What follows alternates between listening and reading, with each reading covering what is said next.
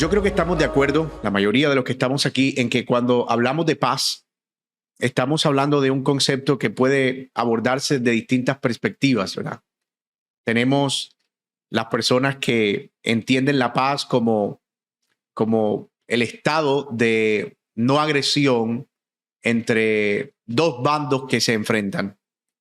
Por otro lado, pudiéramos tener la paz en términos de estos conceptos románticos que van por ahí, por el mundo, como amor y paz, ¿verdad? Y este eslogan del movimiento hippie de los años 60, que era como esta idea de no evitar el conflicto, de no meterte con nadie, de dejar que todo fluya en amor, lo cual es una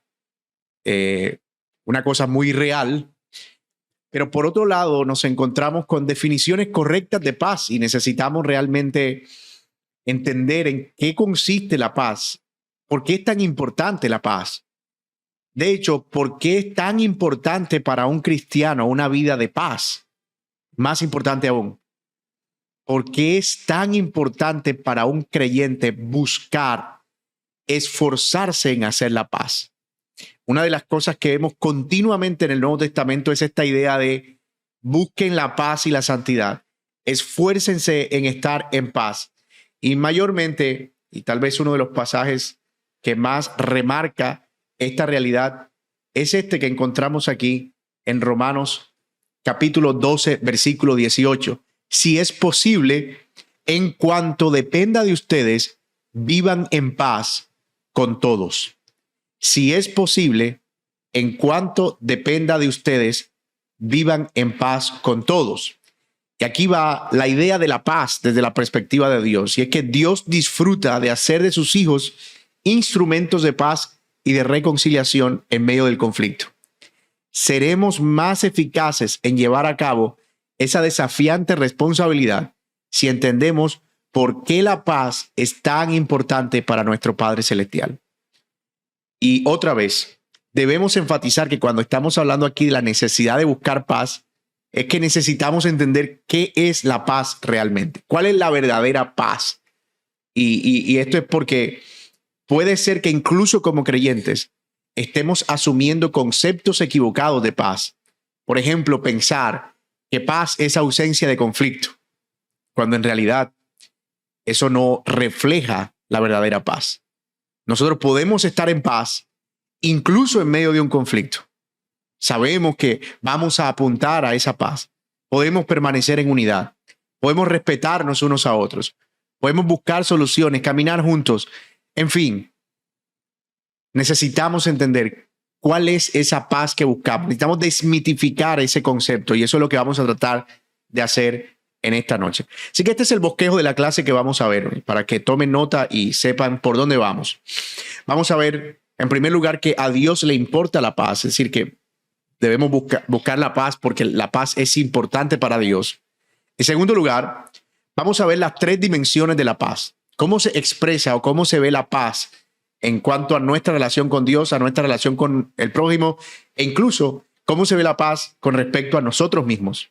También vamos a ver la paz y cómo comunica algo, bien sea positivo o negativo del evangelio. La paz o la ausencia de paz pueden comunicar bien sea las verdades centrales del evangelio o bien sea un mensaje defectuoso del evangelio respectivamente. Y finalmente, vamos a ver algunos enemigos que nos vamos a encontrar que se van a oponer al hecho de que la paz sea manifiesta en nuestra vida. Y al final vamos a tener nuestra habitual sesión de grupo pequeño, que esta vez vamos a tratar de tener el cuidado de que los que participan en los grupos pequeños tengan las preguntas para que no nos pase lo de la semana pasada. Pero en general, ese es el bosquejo que vamos a seguir. Esa es más o menos la estructura de la clase de esta noche. Y vamos entonces a ver lo más fundamental, lo que creo que es más importante en esta clase, ver la realidad de que debemos buscar la paz porque a Dios le importa la paz. A Dios le importa la paz. Y vamos a ver eso a la luz de estas declaraciones que están ahí, 4 para ser más específicos. Hay algunos pasajes bíblicos que los que toman nota pueden digamos, ir registrándolos ahí en su libreta, o bien pueda hacerle captura de pantalla ahí a la presentación. Pero es importante que esos textos bíblicos se referencien. No tenemos el tiempo para revisar uno a uno, pero es indispensable que veamos que estos conceptos de paz provienen de la Escritura, que lo que decimos acerca de Dios y la paz no proviene de nuestras opiniones, no proviene de una derivación de nuestro pensamiento o de lo que nosotros queremos atribuirle a Dios, sino que proviene de la Escritura misma. Así que veamos en primer lugar, en cuanto al hecho de que a Dios le importa la paz, que el carácter de Dios, es decir, en esencia, Dios es un Dios de paz. Dios es un Dios de paz. La paz forma parte de su carácter porque se le menciona frecuentemente así, el Dios de paz. Ustedes pueden ver Romanos capítulo 15, versículo 33. El Dios de paz sea con todos ustedes. Es decir, noten cómo el tema de la paz está ligado a su identidad. Segunda a los Corintios 13, 11. Por lo demás, hermanos, regocíjense, sean perfectos, confórtense, sean de un mismo sentir, vivan en paz y el Dios de amor y paz estará con ustedes. Otro muy conocido, Filipenses 4:9, lo que también han aprendido y recibido y oído y visto en mí, esto practiquen y el Dios de paz estará con ustedes. Y así sucesivamente vemos pasajes en la Escritura, incluso en el Antiguo Testamento.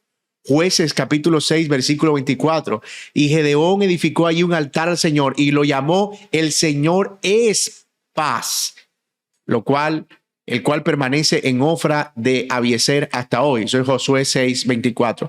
Estas citas ustedes pueden revisarlas con más detalle en sus casas o ir anotándolas allí. Pero fíjense cómo el tema de la paz ya nosotros lo vamos viendo como parte del carácter mismo de Dios. Y aunque todavía no estamos construyendo una definición de paz, al final, y ese es precisamente el propósito de la clase y por lo que lo hemos hecho así, es que no hemos querido partir de una definición para luego desmenuzarla. Hemos querido ver cómo se ven las escrituras para luego a través de una conclusión y inductivamente poder llegar a observar cuáles son esos elementos que componen la verdadera paz. La otra cosa al respecto de Dios y la paz es que la paz es una de las grandes bendiciones que Dios da a quienes lo siguen. Ustedes pueden ver Levítico 26:6. Daré también paz en la tierra para que duerman sin que nadie los atemorice. Asimismo, eliminaré las fieras dañinas de su tierra y no pasará espada por su tierra. Así, solamente como para revisarlo por encima, Salmo 29:11, el Señor dará fuerza a su pueblo, el Señor bendecirá a su pueblo con paz. En el Nuevo Testamento, Gálatas 6:16, y a los que andan conforme a esta regla, paz y misericordia sea sobre ellos y sobre el Israel de Dios. Noten, mis hermanos, cómo continuamente Dios no solo es paz, sino que Él está comprometido con comunicar paz a aquellos que son parte de su pueblo como una bendición. La paz es algo que proviene de Dios y que Dios da como un regalo, que Él extiende como una bendición. En tercer lugar, en cuanto a la relación de Dios y la paz, vemos que Dios repetidamente ordena a su pueblo que busque y siga la paz. Una y otra vez, Dios, que es paz, que bendice con paz, le dice a su pueblo que busquen la paz. Salmo 34:14, apártate del mal y haz el bien, pasaje que deberíamos imprimir y poner en algún lugar de nuestra casa. Apártate del mal y haz el bien, busca la paz y síguela. Es decir, no solo esfuérzate en hallarla, en saber dónde está, sino cuando la encuentres, conviértete en un seguidor de ella, en alguien que está continuamente procurándola. Jeremías 29:7. Y busquen el bienestar de la ciudad a donde los he desterrado y ruegan al Señor por ella, porque en su bienestar tendrán bienestar. Noten aquí cómo se intercambian los conceptos y es el concepto en el Antiguo Testamento del shalom, el bienestar, la paz, el estado de armonía, el shalom del Antiguo Testamento. Romanos 14:9, pasaje clave del Nuevo Testamento. Así que procuremos lo que contribuye a la paz y a la edificación mutua. Y ojo, que este pasaje está en el contexto de hermanos que tenían conflictos por preferencias de conciencia, especialmente acerca de la comida y también de bebidas y celebración de días de reposo. Pablo escribe el capítulo 14 de los Romanos para decirle a los hermanos que no deberían estar en conflictos, sino que debían más bien buscar la paz y la reconciliación. Ojo, fíjense, a pesar de que ambos grupos permanecieran todavía con sus posiciones, la paz no significa tener uniformidad. Se trata de, aunque hay diferencias, podemos mantener un estatus de no solo de no agresión, sino de comunión y de unidad. Ya lo veremos más adelante. Pero ese pasaje de Romanos 14, 19 es un pasaje muy pertinente acerca de la demanda de Dios de paz en el contexto de las relaciones, especialmente al interior de la iglesia. También ustedes pueden ver Colosenses 3:15, que la paz de Cristo reina en sus corazones, a la cual en verdad fueron llamados. Otra vez, noten la relación en cuanto a la iglesia entre el llamado a la paz y la unidad. El texto sigue diciendo, y fueron llamados en un solo cuerpo y sean agradecidos. Otra vez, paz igual a unidad de la iglesia, que no significa uniformidad. También podemos ver 1 Tesalonicenses 5:13, y que los tengan en muy alta estima con amor por causa de su trabajo, hablando de los pastores. Vivan en paz los unos con los otros. Un mandato taxativo del Nuevo Testamento. Vivan en paz los unos con los otros. Así que fíjense que hemos visto de manera progresiva la relación de Dios y la paz, y casi como que se va ampliando como un embudo que empieza, o una pirámide que empieza desde lo más fundamental hasta lo más específico. Dios en su carácter es paz. Él bendice con paz y Él espera que su pueblo busque y siga la paz. Pero no solo eso. Incluso en los términos cotidianos, Dios usa la paz como parte de su lenguaje. Es decir, la forma en la que Dios se comunica y en la que Dios espera que su pueblo se comunica o se comunique es a través de un lenguaje de paz. Ustedes pueden verlo en pasajes como Jueces 6:23, y el Señor le dijo, paz sea contigo, no temas, no morirás. Lucas 24:36, mientras ellos relataban estas cosas, Jesús se puso en medio de ellos y les dijo, paz a ustedes. El mismo saludo del apóstol Pablo en las cartas casi siempre es paz a vosotros. Jesús, cuando envió a los discípulos, les dijo, cuando ustedes vayan a una casa de 2 en 2 y entren, lo primero que ustedes tienen que decir que es, la paz sea a esta casa. O sea, noten cómo el Señor espera otra vez que eso sea parte de su lenguaje. Y finalmente, Dios ha escrito su pacto en términos de paz. O sea, la forma en la que Dios se relaciona con el pueblo es a través de un lenguaje de paz. Números 25:12. Por tanto, dice, ciertamente yo le doy mi pacto de paz. Otra vez, la relación de Dios con su pueblo es una relación en términos de paz. Piénsenlo. Dios no tenía ninguna obligación de relacionarse con nosotros después de haberle defraudado en el huerto del Edén. Pero por alguna razón tenemos relación con Él. Y esa razón no es otra que Dios toma la iniciativa y en esa iniciativa Él nos reconcilia. No es que Él se olvide del conflicto, no es que Él mire para otro lado, no es que Él finja la paz, es que en efecto Él crea un pacto por medio del cual el conflicto se resuelve y ahora en la nueva relación hay una relación pacífica. El pacto de Dios con su pueblo es un pacto basado en la paz. Isaías 54:10, porque los montes serán quitados, las colinas temblarán, pero mi misericordia no será apartada de ti. Y el pacto de mi paz, el pacto de mi reconciliación, el pacto de mi restauración relacional con mi pueblo no será quebrantado. Dice el Señor que tiene compasión de ti. Malaquías 2:5, mi pacto con él era de vida y paz, la cual le di para que me reverenciara. Otra vez, Dios en su relación de pacto presenta la paz como el elemento esencial de esa relación. Así que fíjense que ya no estamos hablando meramente de un concepto humano, no estamos hablando solamente de algo que se produce a nivel social o comunitario. Cuando hablamos de paz, estamos hablando de algo que está relacionado con Dios, con su carácter, con sus bendiciones, con su pueblo e incluso con su pacto y con su lenguaje. Y eso es importante, porque eso ya nos va a nosotros poniendo en un panorama acerca de qué es realmente la paz y el papel que desempeña la paz en nuestras vidas, el papel que desempeña la paz en nosotros como cristianos. Así que ese es el primer punto que vamos a abordar de nuestro bosquejo y vamos a probar en principio que a Dios le importa la paz y es por eso que debemos buscarla. Pero ahora vamos a ir al siguiente punto de nuestro bosquejo, que es justamente cómo se expresa esa paz o cómo se ve la paz en términos de las dimensiones en las que se manifiesta. Antes de eso, noten aquí, y esto es más como para recapitular la sección anterior, nada revela la preocupación de Dios por la paz más vívidamente que su decisión de enviar a su bienamado Hijo para guiar nuestros pasos por la senda de la paz. De principio a fin, me encanta eso, por eso lo destaqué. De principio a fin, la misión de Jesús fue de pacificación. La máxima prueba de que a Dios le importa la paz es Jesús mismo, que fue un medio de pacificación y la forma en la que él vivió también. Ahora, vamos a ver cómo se expresa esa paz en distintas áreas. Y ya vamos a ir, fíjense que ya vamos empezamos de lo más general y vamos metiéndonos cada vez más en el concepto de paz. Vamos a ver que esa paz tiene tres dimensiones.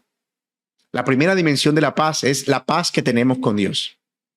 Es la idea de que Dios nos ha reconciliado por medio del Evangelio. Segunda, la paz con los demás. Es la paz con nuestro prójimo o, como pudiéramos también llamarla, la unidad.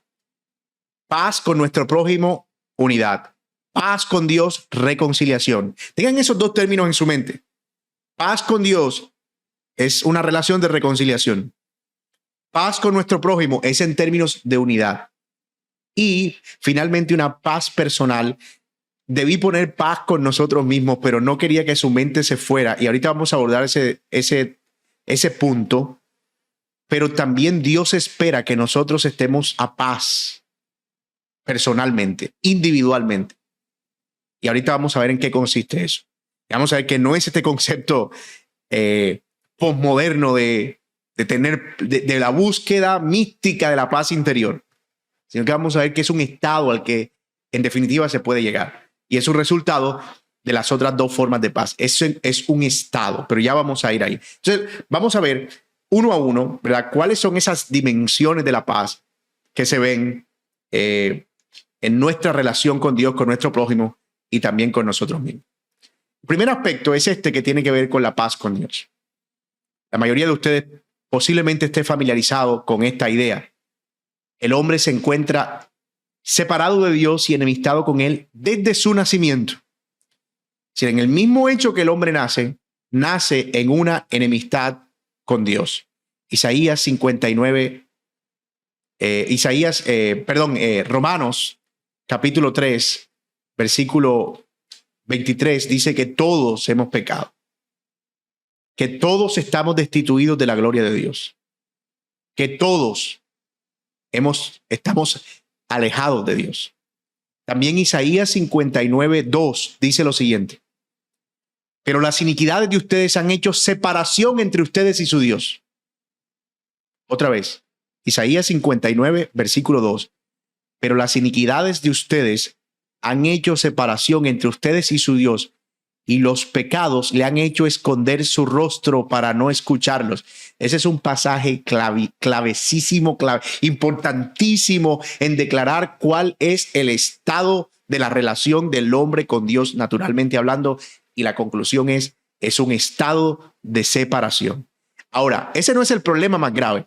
El problema más grave es que el hombre no puede resolver eso por su propia cuenta. Y todavía ese no es el problema más grave. El problema es que él tendrá que dar cuentas por esa separación y encontrarse cara a cara con Dios en el día del juicio. Ahora bien, Nacemos en una condición, separados. No podemos hacer nada por eso y vamos a ser condenados por eso. Eso es un escenario terrible, catastrófico. La mala noticia del evangelio. Pero aquí es donde viene la buena noticia. La buena noticia es que Dios amó tanto al mundo, Juan 3:16, que envió a su Hijo para que todo aquel que en él crea no se pierda, sino que tenga vida eterna. ¿Y cómo pasó eso? Al sacrificarse en nuestro lugar en la cruz, Jesús logró la paz con Dios. Es decir, Cristo se pone en medio del conflicto y absorbe la culpa del culpable y lleva el castigo que merecía el culpable por haber ofendido a Dios. Y debido a que era un Dios eterno al que se había ofendido, era un castigo, por supuesto, eterno. Es que Cristo carga sobre sí todo el castigo y resuelve el problema. Y ahora el Padre puede relacionarse con aquellos que en su estado de naturaleza se encuentran separados sin que ignore la realidad de que efectivamente había o hubo un problema. Fíjense que la paz no es ignorar el conflicto. Y en términos de nuestra relación con Dios, eso se ve clarísimo en el Evangelio. Dios no miró para otro lado. Dios castigó. Es decir, hizo la justicia que se merecía. En algunas ocasiones la paz, en algunas ocasiones no. La paz siempre está asociada a la justicia. No se puede lograr paz si no hay justicia. No se puede lograr paz si no hay reconocimiento de la culpa. No se puede lograr paz si no se consideran los agravios. La paz no es la ausencia de justicia o de castigo. Eso es una falsa paz. La paz es reconocer que hay un problema, reconocer que ese problema trae consecuencias y absorber en un acto de amor las consecuencias. Alguien tiene que hacerlo. Y en el caso de nuestra relación con Dios, quien lo absorbe es Dios, poniendo todo eso sobre Cristo. Dos pasajes claves para entender cómo Cristo hizo la paz con nosotros. Entre nosotros y el Padre, cargando sobre sí nuestros pecados. Colosenses 1:19-20. Porque a Dios le agradó habitar en él, o sea, en Cristo, con toda su plenitud, y por medio de él reconciliar consigo todas las cosas, haciendo la paz mediante la sangre que derramó en la cruz. Clarísimo el texto. Colosenses 1:19-20. Y esto es lo que dice Romanos 5:1-2. En consecuencia, ya que hemos sido justificados mediante la fe, tenemos paz con Dios por medio de nuestro Señor Jesucristo, y también por medio de él y mediante la fe tenemos acceso a esta gracia en la cual nos mantenemos firmes. Por medio de Cristo tenemos paz para con Dios. Colosenses lo presenta de manera mucho más dramática. Cristo cargó sobre él todo el pecado, su sangre fue derramada para que por medio de él todas las cosas fueran reconciliadas con el Padre. Así que la confianza que tenemos en el Señor Jesucristo cuando creemos, cuando nos arrepentimos de nuestros pecados, es inmediatamente un acto de pacificación para con el Padre. Creer en Jesús significa más que tener una vida religiosa, más que ir a la iglesia, más que tener buenos modales. Esas cosas pueden añadir cierto valor, pero lo único que puede borrar el pecado es creer en Cristo con todo nuestro corazón. Así que si tú eres alguien que está escuchando esto y tú todavía no has creído en Cristo, este es el primer paso para la paz. Tú no vas a poder tener paz en ningún conflicto a menos que tengas paz con Dios. Tú no vas a poder reconciliarte con nadie a menos que tengas paz con Dios. Y si tú viniste a este estudio porque tienes un conflicto con alguien de tu familia, con algún amigo, pero tú no estás reconciliado con Dios, hoy es el primer paso que tú debes dar. Yo debo asegurarme que mi relación con Dios es una relación en la que yo creo que soy pecador, pero que Cristo absorbió toda la culpa y ahora puedo entrar en una relación con el Padre. Solo entonces vas a poder disfrutar de una genuina y verdadera relación con Dios para luego ir y reconciliarte con otros. Y ese es el otro aspecto de la segunda dimensión de la paz. Llevamos la paz con los demás. Esta paz generalmente se denomina unidad. Otra vez, asocien los términos Paz en cuanto a Dios, reconciliación por medio de Cristo. Paz en cuanto al prójimo, unidad. Unidad. Mantenernos en unidad. Esta paz se le domina así, unidad. Salmo 133:1 dice exactamente: miren cuán bueno y cuán agradable es que los hermanos habiten juntos y en armonía, en el shalom, en esa unidad. No es simplemente la ausencia de conflicto, esto es muy importante. Y luchas. No. La unidad es la presencia de auténtica armonía, y estos términos son clave. Armonía, comprensión y buena voluntad entre las personas. Elementos claves de nuestra paz con los demás. Armonía, comprensión y buena voluntad entre personas. Dios nos llama a hacer todo lo que podamos para vivir en paz con todo. Romanos 12:8 dice, ya lo leímos al inicio de la clase, en cuanto dependa de ustedes, estén a paz con todos los hombres. También Mateo 22:39 dice que el segundo mandamiento más importante es amarás a tu prójimo como a ti mismo. Esta clase de unidad es parte esencial de un testimonio eficaz. Ahorita, en el resto de la clase, vamos a ver cómo es que este tipo de paz comunica la paz que vimos anteriormente, la paz con Dios, el Evangelio. Si nosotros tenemos paz los unos con los otros, estado de unidad, vamos a estar comunicando al mundo, a quienes no conocen al Señor, el verdadero estado de paz, lo que Dios espera de nosotros. Así que es bien importante que vayamos teniendo esos conceptos claros. Y finalmente, que yo sé que es el que muchos están esperando, es como es esto de la paz personal o paz interna o mi propia paz o este aspecto de estado de no perturbación individual.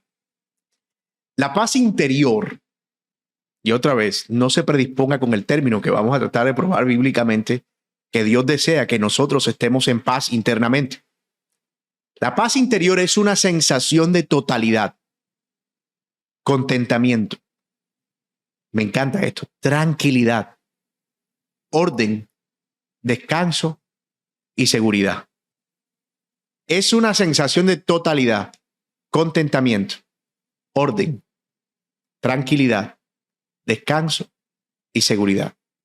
No necesitamos muchas pruebas para mostrar que hay momentos de nuestra vida en las que no nos sentimos en paz.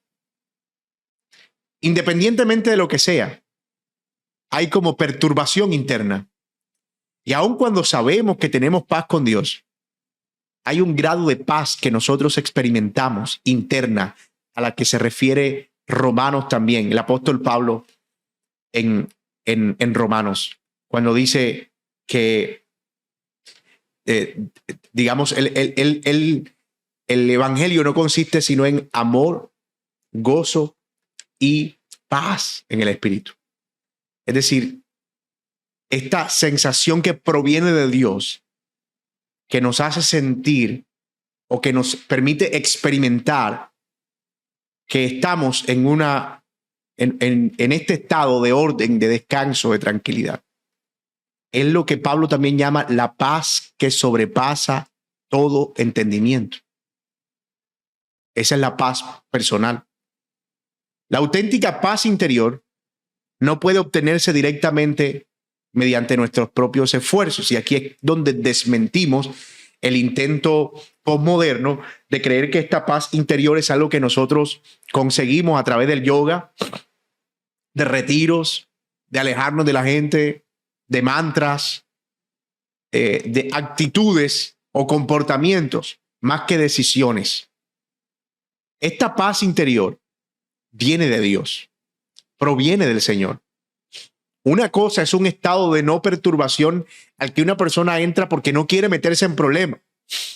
Pero otra cosa es la verdadera paz, que es una paz que va, como dice Pablo, más allá de todo entendimiento. Es un don que Dios da solo a quienes creen en su Hijo y obedecen sus mandamientos. Esa es la clave. Es un don que Dios le da solo a los que creen en su Hijo y obedecen los mandamientos. Miren algunos textos que son claves en este entendimiento. Isaías 26:3 dice: tú guardarás en completa paz a aquel cuyo pensamiento en ti persevera, porque en ti ha confiado. Noten, no está hablando aquí de una paz con otros, no está hablando necesariamente de la paz con Dios, la cual proviene del Evangelio, sino que es una paz derivada de la confianza en el Señor, un subproducto. Tú guardarás en completa paz a aquel cuyo pensamiento en ti persevera. Otro texto, Isaías 32:17. La obra de la justicia será paz, y el servicio de la justicia tranquilidad y confianza para siempre. Isaías 32:17. También pueden ver ustedes en sus casas Salmo 85:10. La misericordia y la verdad se han encontrado, la justicia y la paz se han besado. Y el Salmo 119:65 dice, 165, mucha paz tienen los que aman tu ley, los que obedecen tu palabra. ¿A qué paz se refiere? No está hablando del estado de paz y de unidad, no se está refiriendo necesariamente a la paz con Dios, sino a la paz que viene como resultado del deleite en la ley de Dios. Nada los hace tropezar. Isaías 48:18, el último.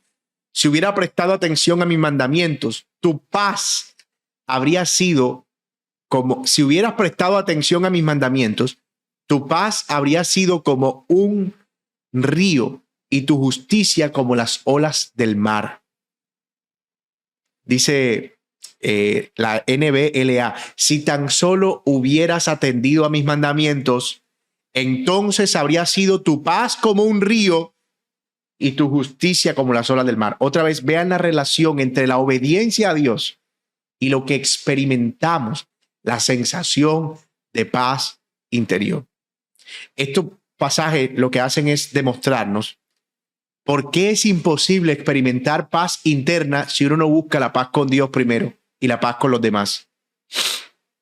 No se puede tener paz interna si no tenemos paz con Dios y paz con los demás. A veces nosotros nos referimos a este estado de paz en una manera sarcástica y provocadora. Ay, yo no sé, allá fulano que quiera matarse como yo estoy en paz. No, tú lo que estás es evitando un conflicto. Eso no es paz. Ya me vienes a perturbar la paz. No, tú no estás en paz, tú quieres es huir de un conflicto. Son dos cosas muy diferentes.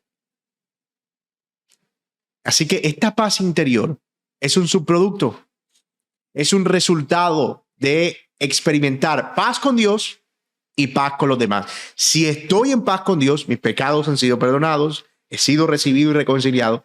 Si estoy en paz con los demás, procurando la unidad, etcétera, etcétera, yo voy a tener paz personal, paz interna. Voy a tener paz en medio de la tormenta. Y sobra decir, y esto ahora que menciono tormenta, no sobra decir más bien, que la paz no es una sensación experimental. Una persona puede tener paz incluso sintiendo algún tipo de experiencia emocional contraria. Y una persona puede estar experimentando una emoción de tranquilidad y no necesariamente estar en paz. Le voy a poner dos ejemplos. El primero es sobre las personas que experimentan esta sensación de estar en paz y en tranquilidad, pero que es solo una emoción. El caso de Jonás. Jonás, cuando va huyendo de la voluntad de Dios y paga un pasaje y se mete en un barco y una tormenta golpea el barco, ¿qué hacía Jonás? Durmiendo en el fondo de un barco. Si Jonás hubiese sido un cantante, él podía ir cantando, puedes tener paz en la tormenta, seguramente. Pero la pregunta es, ¿estaba Jonás a paz con Dios realmente? Por supuesto que no. ¿Por qué? Porque iba desobedeciendo flagrantemente la voz de Dios. Y esto debo enfatizarlo porque muchas veces tenemos la falsa idea, por ejemplo, en la toma de decisiones, que decimos, mira fulano, tú toma decisiones que te den paz. sea, eso suena como, ay, tan fácil. Después que tú sientas paz con eso, que eso es algo así como que, después que tú no te sientas como preocupado, entonces dale por ahí, que por ahí es. Entonces te puedes encontrar personas, por ejemplo, que se van a unir en yugo desigual, lo cual es contra la palabra de Dios. No os unáis en yugo desigual con los incrédulos. Y entonces te puede decir algo como, ay, no, lo que pasa es que ella o él es tan lindo, yo siento tanta paz cuando estoy con él. Tú podrás sentir lo que quieras, pero es una desobediencia a la voluntad de Dios y por lo tanto no es un buen síntoma guiarnos solo por la emoción de la sensación de nuestro corazón, porque acuérdense, engañoso es el corazón más que todas las cosas, que nos puede desviar de la voluntad de Dios. Entonces, no confundamos una cosa con la otra. La paz no es necesariamente una emoción de tranquilidad o de estado de no perturbación, porque el otro ejemplo es el ejemplo de alguien que estaba en completa paz aun cuando experimentó un grado profundo de dolor, y es el Señor Jesucristo en el huerto de Getsemaní.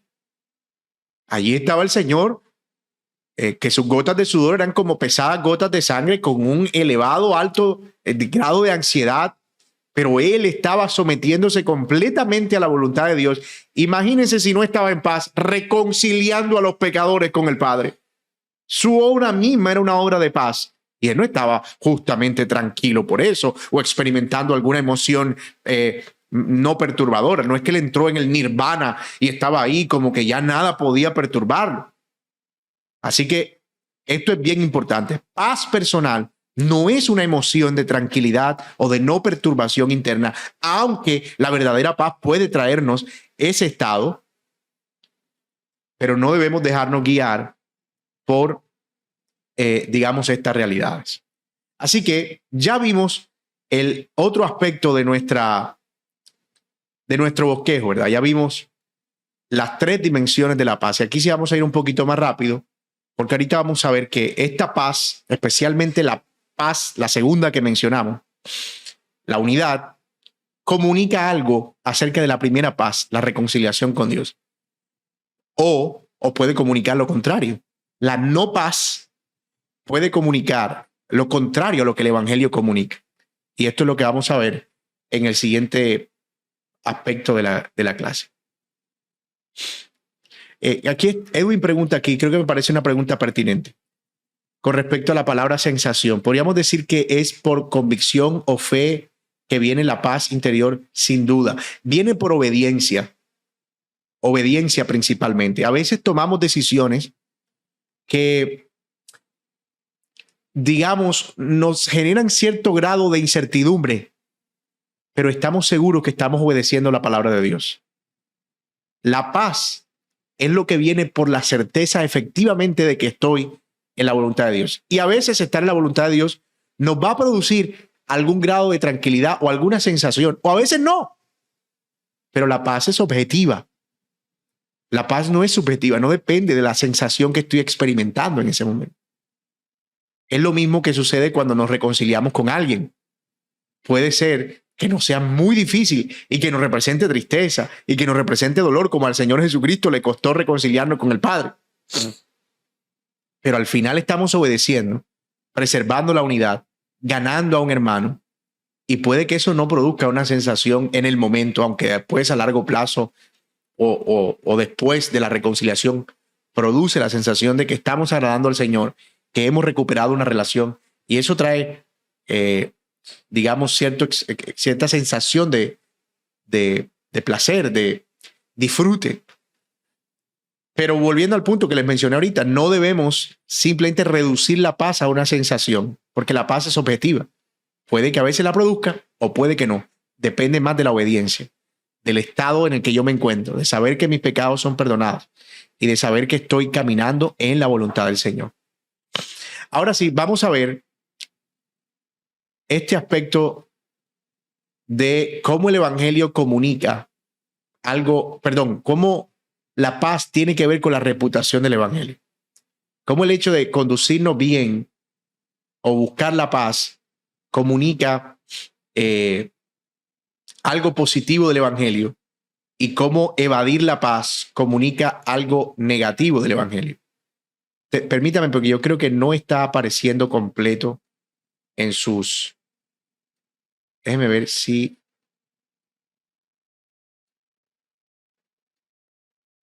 Ahora sí, ¿verdad? Ok, ahora sí. Creo que ahora sí. Muy bien, entonces vamos a ver en primer lugar el primer grupo, ¿verdad? Que es el que está ahí con el chulito verde, cuando la paz comunica algo positivo del evangelio. Bueno, la unidad es más que una enclave para la paz. No solo es algo que debemos buscar porque Dios lo manda, sino que es fundamental para el testimonio cristiano. Buscar la paz es fundamental para el testimonio cristiano. Cuando la paz y la unidad caracterizan las relaciones del creyente con otras personas, ustedes demuestran que son hijos de Dios y que Él está presente y obrando en sus vidas. Eso lo dice Mateo 5:9. Las bienaventuranzas. Bienaventurados los que procuran la paz, o bienaventurados los pacificadores, como dice Reina Valera, porque ellos serán llamados hijos de Dios. Es un distintivo del Hijo de Dios, la paz, el buscar la paz. Yo voy a decir esto con mucho temor y temblor, pero es que es verdad. Un creyente conflictivo es una contradicción de términos. O sea, no puede existir tal cosa como un creyente que procura continuamente el conflicto, que de hecho lo busca, que como que está mal si no está metido en un conflicto. Porque el distintivo del creyente no es que los evita, es que cuando aparecen responde pacíficamente. Lo contrario también es cierto, como lo veremos ahorita, pero por ahora vamos a concentrarnos en el aspecto positivo. Cómo la unidad o la paz con otros comunica el evangelio. Noten también que el Señor dejó claro que a través de la unidad o de la paz, nosotros vamos a reflejar que el Señor está en nosotros. Voy a leer para ustedes solo 3 versículos de este pasaje muy conocido, Juan 17, del 20 al 23. Pero no ruego solo por esto, sino también por los que han de creer en mí por la palabra de ellos, para que todos sean uno, como tú, oh Padre, estás en mí y yo en ti, que también ellos estén en nosotros, para que el mundo crea que me enviaste. La gloria que me diste les he dado para que sean uno, para que tengan unidad, no para que no tengan conflictos. Estoy haciendo un paréntesis yo. Para que tengan unidad. Continúo leyendo. Así como nosotros somos uno, yo en ellos, tú en mí, para que sean perfeccionados en unidad. Otra vez, para que el mundo sepa que tú me enviaste y que los amaste tal como me has amado a mí. No se puede ser más claro. La unidad, el estar en paz los unos con los otros, le comunica al mundo la gloria de Dios. Eso es imprescindible. Tú no ves eso en el mundo. En el mundo cada quien está buscando lo suyo.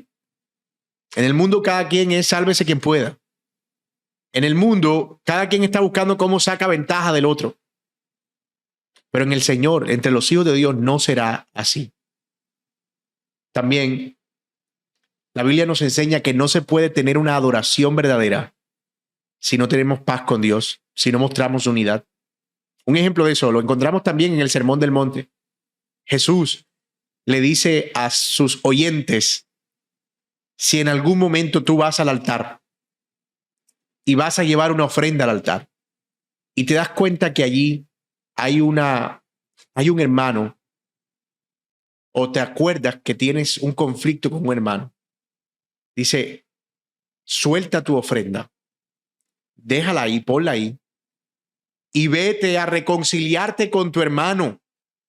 Y luego que te reconcilies con tu hermano, entonces presenta tu ofrenda.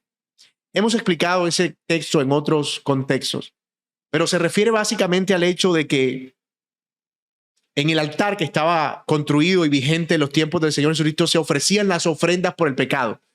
Aquí no está hablando de dar ofrenda como la que nosotros damos en el tiempo nuestro. No, aquí es la ofrenda por el pecado. Entonces, si tú llevas tu ofrenda al altar, ya fuera flor de harina, una paloma, un cordero, lo que fuera, esa es una ofrenda que tú llevabas para decirle al Señor, Señor, aquí estoy ofreciendo mis votos, pidiéndote que no tengas en cuenta mi pecado. Jesús está diciendo, eso parece muy contradictorio, porque mientras tú estás pidiendo que tus pecados sean perdonados, tú no has podido estar en paz con otro. Mientras tú estás buscando la paz con Dios, tú no has podido tener paz y reconciliarte con tu hermano. Entonces deja tu ofrenda ahí y ve y reconcíliate con tu hermano. Y luego trae tu ofrenda. Los conflictos son no resueltos.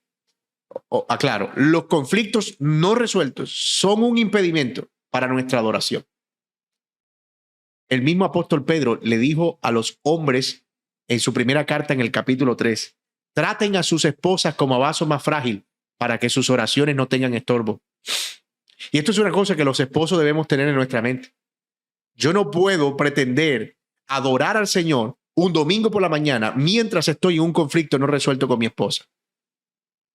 Simplemente nuestras oraciones tienen estorbo porque no hemos hecho la paz. Esto no es superficial.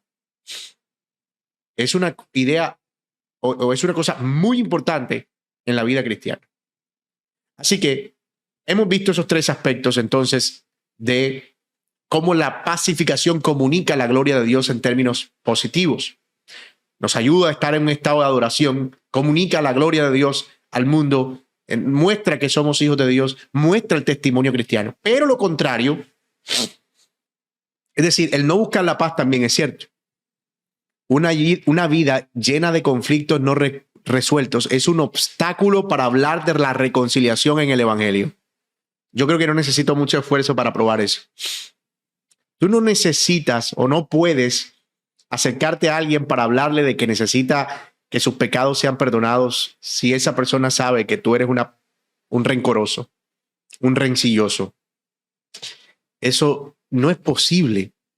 No se puede hablar de paz con Dios si no estamos en paz con la gente.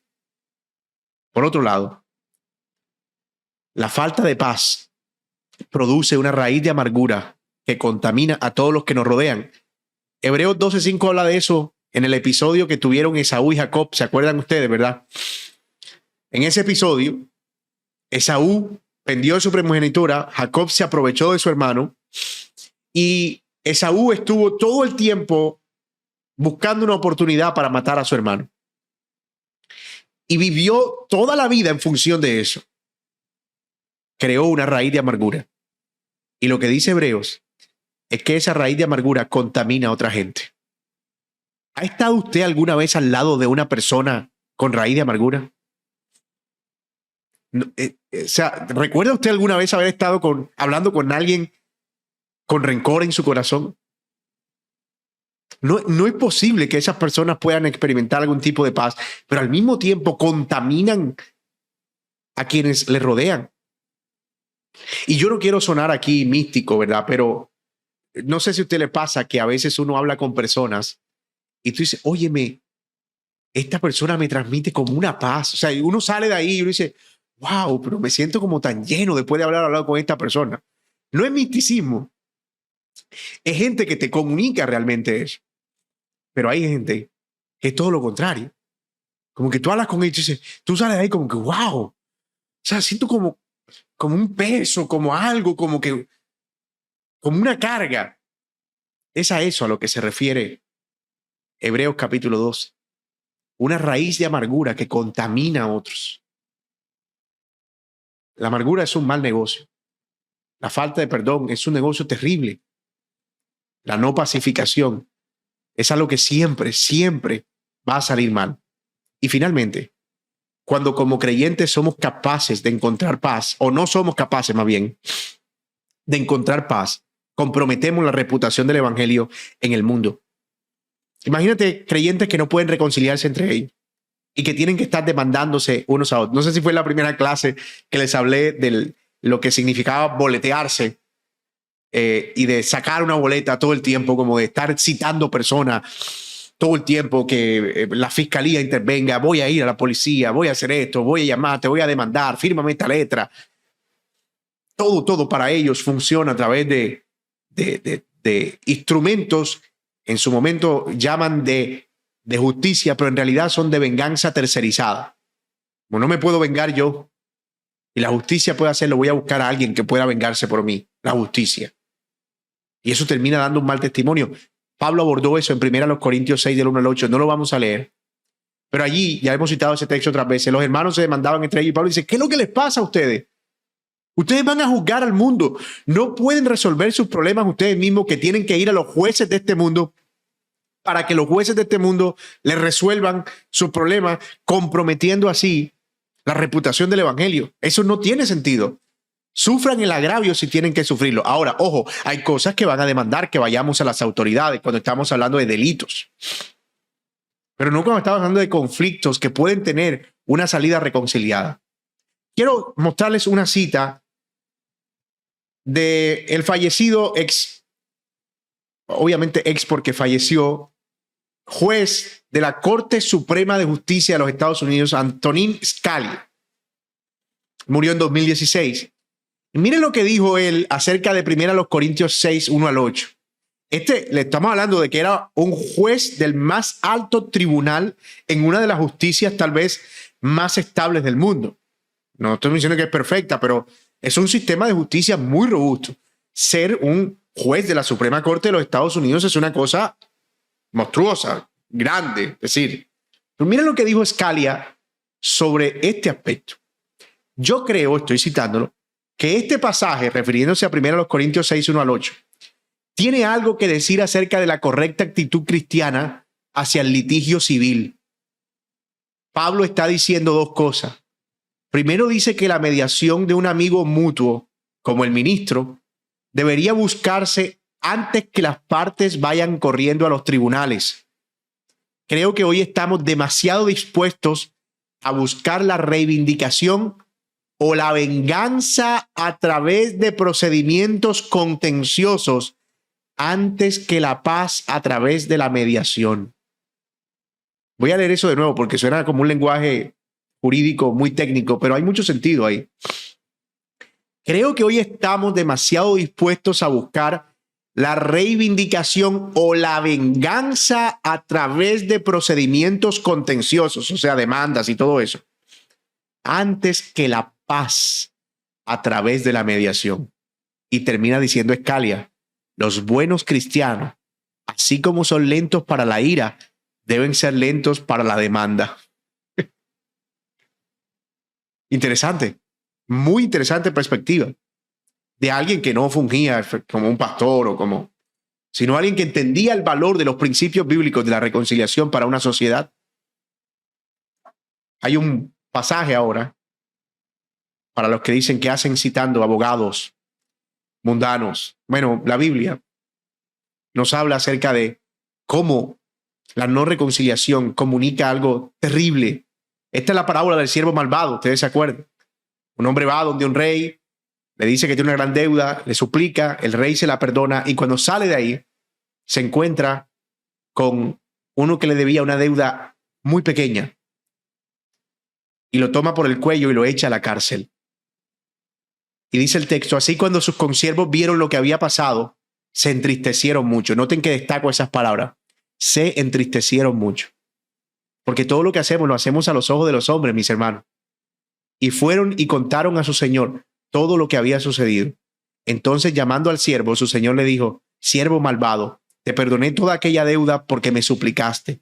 ¿No deberías tú también haberte compadecido de tu consiervo, así como yo me compadecí de ti? Mis hermanos, lo que hacemos cuando escogemos el conflicto no resuelto antes que la paz es que estamos comunicando la perversión de nuestro corazón, la maldad de nuestro corazón. Le hablo a los matrimonios que viven con hijos o a los miembros de hijos de padres no cristianos, o si tú eres alguien que vive en una casa donde no hay creyentes.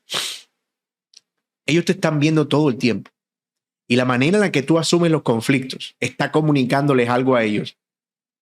o glorioso acerca de Cristo o terriblemente perverso acerca del Dios y el Evangelio. Así que si tú estás en tu casa y hay conflictos no resueltos, como que te puedes levantar y hablar sin tu hermano, o no hablarle a tu hermano, no hablarle a tu mamá, no hablarle. Yo no sé si estamos al lado de algo que pudiéramos decir que es diabólico. En realidad, es perverso, es una maldad. Estamos comunicando algo terrible del Evangelio. Y finalmente, ya con esto terminamos, vamos cerrando. ¿Cuáles son los enemigos que nos encontramos para la paz? ¿Qué enemigos nos encontramos que nos evitan tener la paz?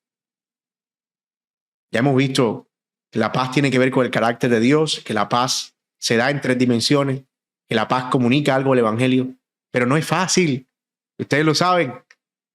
La paz no es fácil. ¿Qué oponentes nos encontramos en el camino? El diablo, por supuesto, el principal oponente de la paz. Es el principal enemigo de la paz. De hecho, al diablo se le llama el adversario. Usted sabía, ¿verdad? Eso es lo que significa diablo, el adversario. ¿Y cómo hace Satanás? No es metiéndonos un espíritu de pelea necesariamente. Por eso mucha gente cree que lo que necesita es liberación y no arrepentimiento. Pero lo que sí hace Satanás es, por ejemplo, llenar nuestro corazón de avaricia, como lo hizo con Ananías y Zafira. ¿Ustedes se acuerdan de ese relato? ¿Por qué llenó Satanás tu corazón y mentiste al Espíritu Santo? Muchas veces la avaricia de nuestro corazón, que viene del diablo, de nuestros deseos, de nuestras pasiones, pero que es inflada por el diablo, nos lleva a conflictos. ¿Cuántos conflictos conoce usted que se dan por el dinero? En el área familiar, cuando hay una herencia, el diablo se frota las manos, porque todos son hermanos hasta que hay una herencia. Y de la nada empiezan a surgir conflictos, intereses particulares. ¿Y por qué me vas a medir menos? ¿Y por qué van a vender eso? Yo no doy permiso, esa parte es mía. Y tú ves que lo que era una familia feliz, de repente comienza a convertirse en una familia en medio de peleas y conflictos, y ha habido hasta muertos. ¿De dónde viene eso? Un corazón inflado por la rueda del infierno, por el mismo diablo, de la avaricia. También nos engaña y nos confunde el diablo y se aprovecha de la ira no resuelta. Efesios 4:6 dice: no se ponga el sol sobre su enojo, no den lugar al diablo. Hermano mío, conflictos no resueltos. Con cada día que pasa es una puerta abierta para Satanás, para llenar nuestro corazón de más amargura, y nos va alejando cada vez más del Señor y de los otros. Satanás está interesado en que los conflictos no se resuelvan. No se ponga el sol sobre su enojo, no den lugar al diablo, eso está ahí pegado. Y por otro lado, también levanta falsos maestros que generan divisiones. Pero también tenemos al mundo, no solo el diablo, el mundo, la mundanalidad, el humanismo resultante de la época también se opone a la paz. Un énfasis marcado en el individualismo, el culto a la persona. ¿Por qué tienes que rebajarte? Tienes que darte tu lugar. El famoso ámate a ti mismo, esa filosofía de nadie es más importante que tú. Nadie es más grande que tú. ¿Por qué tienes tú que humillarte? Que se humille él, que se humille ella. Yo he escuchado esta frase que es un proverbio mundano arraigado en muchos cristianos, que pareciera que estuviera lleno de sabiduría, pero hermano, eso es mundanalidad al 100%. Si él no me habla, yo no le hablo. ¿De dónde sacamos eso? Del mundo. De creer que nosotros, si buscamos la paz, es porque vamos a tener que humillarnos. Ahí va el otro enemigo de la paz que está, mire, vea, aquí en nuestro propio corazón, en nuestra propia naturaleza pecaminosa. El diablo, el mundo contribuyen, pero también el pecado perverso de nuestro corazón, al que, aunque hemos sido redimidos, todavía sigue afectando nuestros corazones. Cuando no queremos mostrarnos como débiles, cuando no queremos ceder para ganar al otro, cuando queremos ganar el debate, ya lo hemos dicho, en lugar de ganar a la persona, cuando deseamos venganza solo para ver cómo triunfamos sobre el otro, cuando queremos mostrarnos como que somos quienes tienen la razón, eso es orgullo. Y eso evita la pacificación. Es un enemigo terrible. Entonces mira que la paz no es fácil, y no es fácil porque estamos luchando con enemigos que se oponen a ella continuamente. Y yo te pregunto, a ti te pregunto ahora, ¿tienes un conflicto con alguien? ¿Cuál de estos tres elementos crees que te está perturbando más para no reconciliarte? ¿El diablo? ¿La mundanalidad? ¿Pensamientos que no vienen de la verdad, sino del Señor? ¿O el orgullo de tu corazón? Para los tres la solución es el Evangelio, porque Satanás ha sido vencido por la obra del Señor, porque la verdad de Dios es más gloriosa que la mentira de este mundo, y porque el Evangelio destruye nuestro orgullo al decirnos que lo que somos es unos miserables pecadores que merecen el juicio de Dios, pero que por su misericordia han recibido gracia. O sea, ¿de qué nos jactamos? ¿Qué es lo que vamos a perder? El Evangelio pone fin a eso. En conclusión, somos llamados a buscar la paz porque a Dios le importa la paz, porque tiene que ver con la reputación del Evangelio y porque nos hace semejantes a Cristo. Esa es la gran conclusión de esta clase. Nos hace semejantes a Cristo. Muy bien.